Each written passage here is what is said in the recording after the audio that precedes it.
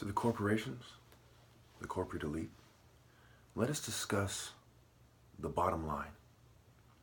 The line where no corporation, no individual, no entity, nobody in general should ever cross. What does it mean to have a fulfilling life, a meaningful life, and to pass on these ideas to one's children? Well, first of all, when you deny people their rightful places, you are denying everyone, including yourselves, those potential technological advancements. We're at war with certain ideas that can destroy us, whether we are poor, rich, or otherwise. Resources, threats from outer space even, comets, etc. Pollution, and so on.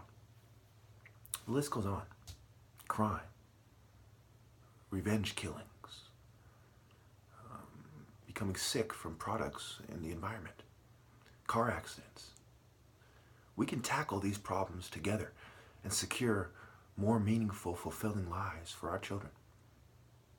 But first, we must acknowledge the studies that show that wealth does not necessarily mean happiness, but it is because of the context in which it is acquired and achieved and attained. People in underdeveloped nations quite often are more happy than people in developed ones. Therefore, people in developed nations have, in a very complex and often scientific manner, tricked themselves into thinking that they are doing things in a way that is superior. But it is not. The foundation is faulty. So the bottom line is, we need to find ways to do business in a way that is more fulfilling and meaningful. We need to emphasize mind, body, and soul in all of society, not just some. We'll have more attractive women available. People will do a better job. Society is more sustainable. We'll have lower mortality rates, and it will be better for the mental health of the corporate elite, the governing class, etc., when they see that a lot of the problems in society that they know that they cause are not being caused to that degree. When you govern from a stance, a moral standpoint, from a position of high moral worth, of integrity, then you live a more fulfilling, meaningful life, and your relationships are more meaningful. This is key. Businesses must change to reduce fertility rates through morality and not through toxic products and so on. People need to explore what it's like to make love to a woman instead of coerce them and trick them with a psychological construct. My purpose here is not to embarrass, as people are aware of these activities to some degree already. It is to fulfill humanity. And like it or not, for better or worse, the corporations and their CEOs and investors are the most influential members of society that we have. Their puppets can be easily replaced, but the old money families behind them tend to be more or less consistent. With these ideas in mind, I intend to attempt to redefine the corporate paradigm. I fear I won't be successful, but I will put my faith in God, as well as in the good in the corporations. We need to get rid of the checkered floor and have a floor, a temple, a building, a structure that is all yellow, white, and light blue. Consistency and character.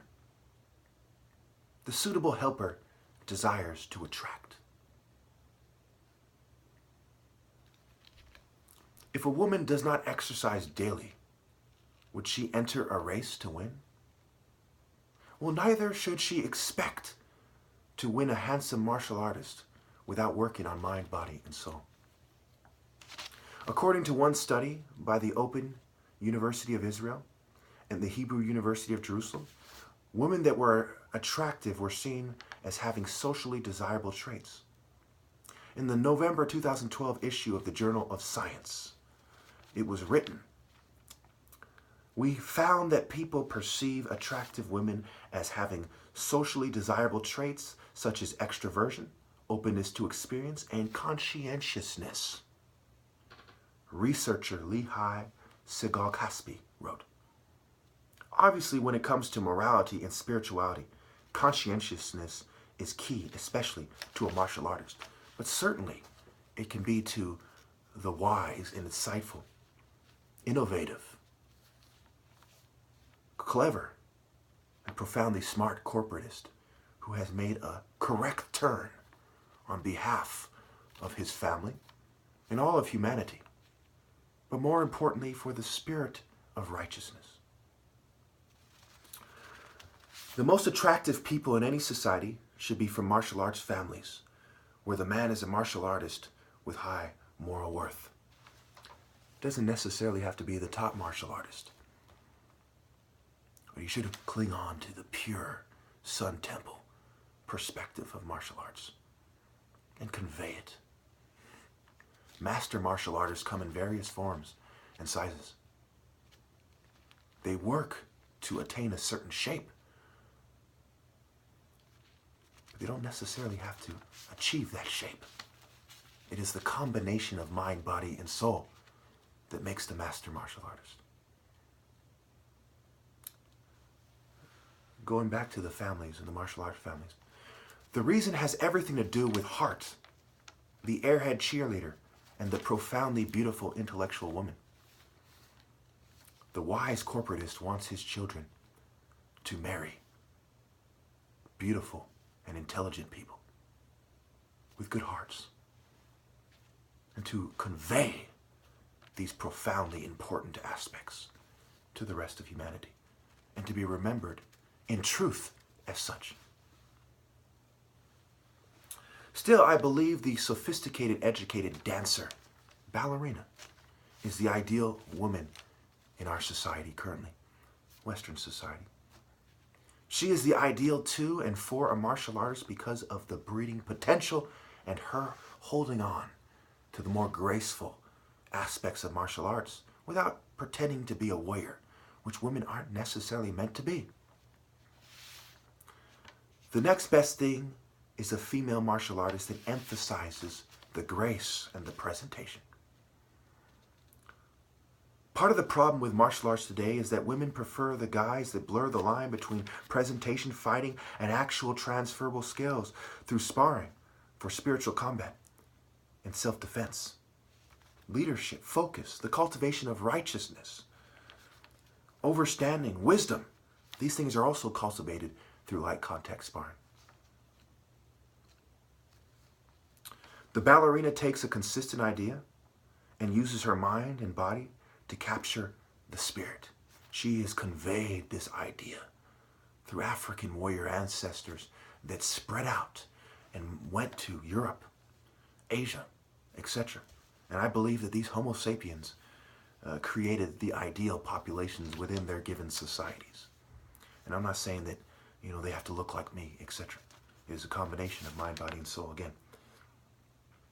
The creative energy of God is in the top martial artist, proven through sparring. Let us consider someone who takes an hour and a half putting on excessive makeup and compare them to someone who spends 20 or 30 minutes jogging, and as they are cooling down and walking and breathing heavily, they are thinking about profound spiritual ideas, spiritus, breathing. And through different states of consciousness, they achieve a respectable conscientiousness in this manner. It is the difference between working on makeup, making up for the lack of mind, body, and soul, and actually working on your mind, body, and soul. It is the difference between a wrong church that tries to convince you to conform to this make-up society versus truly be up, uplift, and be uplifted. Form of spirituality and religion. A group of religious or spiritual people that discuss these things. Perhaps church should start off with a mile run. Perhaps people should be dressed, in an outfit And perhaps it should be held outside so that we do not smell each other's sweat and so on. Perhaps people that do not work out during the week to lead up to this mile run should be sent to the back, not to shame them, but to correct them. Perhaps people who are disabled should be sat in the front. Only they have an excuse to not work on their mind, body, and soul masterfully. Perhaps they can do little things like squeezing stress balls. Perhaps they can, roll, wheelchair around a track and work on their upper body. Perhaps there are things they can do, perhaps not. But certainly these things need to be considered by the wise observer and the leader of the congregation or group, as well as everyone else, of course. Let us consider the difference between a lady who is sophisticated, cocky, and quote-unquote proper, and one that is polite, graceful, and spiritual. A technological awareness alone versus the awareness of grace, righteousness, and principles of good, virtue, ethics, morality. The radiant angel-faced beauties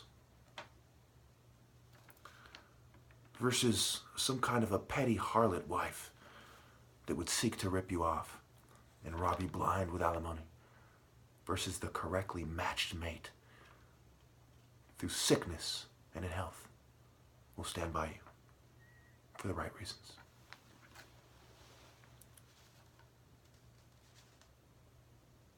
I propose a different slice, a corporate versus non-corporate slice that ultimately leads to a new corporate paradigm, a moral corporate resistance due to the need for creating moral corporations.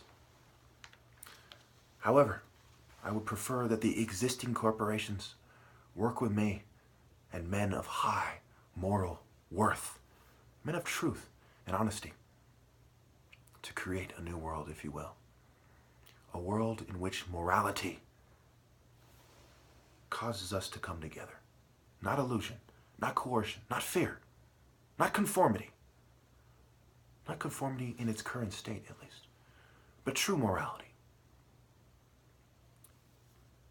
I propose an alliance through the principles of righteousness so that we can all live more fulfilling and meaningful lives. I apologize if I have been unnecessarily harsh in my past videos.